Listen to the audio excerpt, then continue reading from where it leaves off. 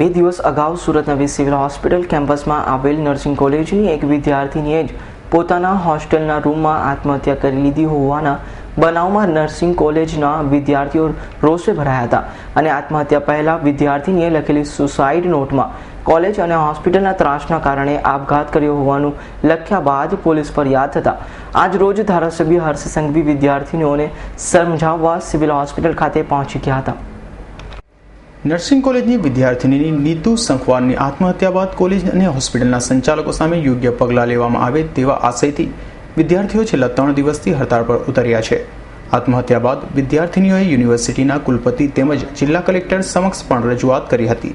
તે બાદ પણ શનિવારના રોજ વિદ્યાર્થીનીઓએ કોલેજ કેમ્પસમાં વિરોધ પ્રદર્શન યથાવત રાખ્યું હતું.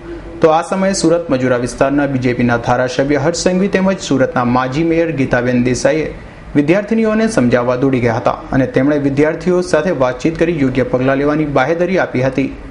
ધારાસભ્ય અને માજી મેયરે વિદ્યાર્થીઓને બાહેધરી આપી કામે જોડાવા વિનંતી કરી હતી. જોકે પોલીસ ફરિયાદના પગલે સિવિલ કેમ્પસમાં બધા દોડતા થઈ ગયા હતા. Bureau report S9 news Surat.